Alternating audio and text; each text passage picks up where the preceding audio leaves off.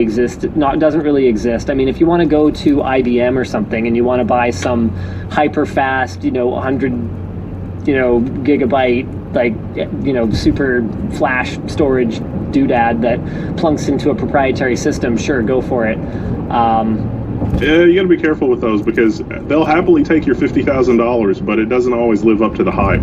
I mean, it's just, you got to get one and play with it, and don't be afraid to send it back, even though it costs 5-6 figures. But that's the thing, is on the very high end there's that. On the very low end, you're not buying 48 NVMe drives because you're trying to do it more cheaply than that. So then there's this in between that Supermicro built this server that I don't understand who the customer is for, but I ended up with one, and so Windows server it is, I guess, for now anyway.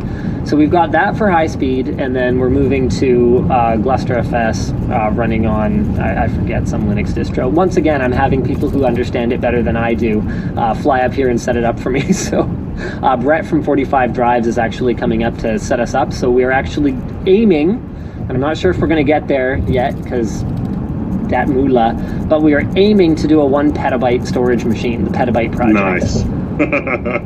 Nice. So Seagate just laid off a bunch of people, though, so I don't know what that means for the hard drive industry, spinning Rust. Yeah, well, they laid off a bunch of people. We talked about this on the WEN show last week, actually, so I don't think we can do it as a full topic, but they laid off a bunch of people, and they closed down, significantly into double-digit percentages of their hard drive production capacity, as I recall. At that time, had they announced the 14 and 16 terabyte drives? I had just noticed that the last few days. No, I don't think so. Yeah, they just announced 14 and 16 terabyte capacity drives, but I can't get any information out of them on the throughput of the drives because it seems like the capacity of the drives have been going up and up and up and up, but the throughput on the drives really hasn't improved all that much. And our storage array is basically surplus, so it was retired. I got lucky though because the power on hours on all the drives are only about 18 months, and you like mechanical hard drives you can set your watch by. They're designed, at least enterprise grade, they're designed to last 5 years. Anything beyond 5 years, you are on borrowed time, and right. and that comes from a decade of experience. And the drives that we've got, they're only 2 terabytes. There's like 100 of them, but right. But the time to replicate them is really, really quick. Like those drives have a streaming performance or just transfer rate of like 150 megabytes per second, 140, 150 at the fastest part of the disk. So re-imaging 2 terabytes, not a big deal. Yeah. Re-imaging 14 terabytes at say 200 megabytes per second. Yeah, 210 maybe. Yeah, I mean that's going to take like days. I mean, not to mention, you look at what Western Digital is doing for their 12 and 14 terabyte disks. So their 12 is going to be standard perpendicular magnetic recording, but their 14 terabyte is only going to be available in shingled. Yeah, the rewrites on that aren't going to be fun. I guess it's good for archives, but yep.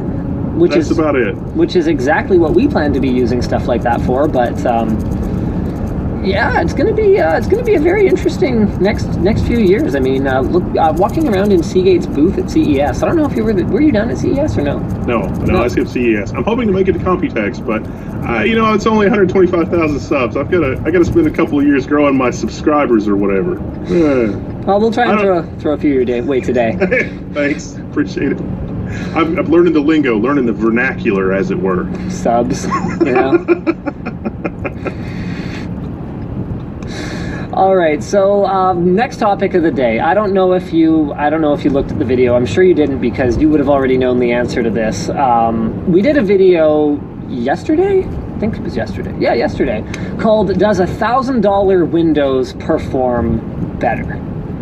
Where we took a server version of Windows and basically, ran your typical desktop benchmarks against good old-fashioned Windows 10. And the comments on this video are just poisonous. So this guy says, "Wow, the ignorance in this video is tremendous. No one is actually paying the server edition of Windows for performance. They are paying that big buck for its features. Ugh, I really thought that Linus would research first before making these kinds of videos." So tell me something, Wendell. You've known me for about 4 years now, actually, I think. You've known me for about 4 years. Do you think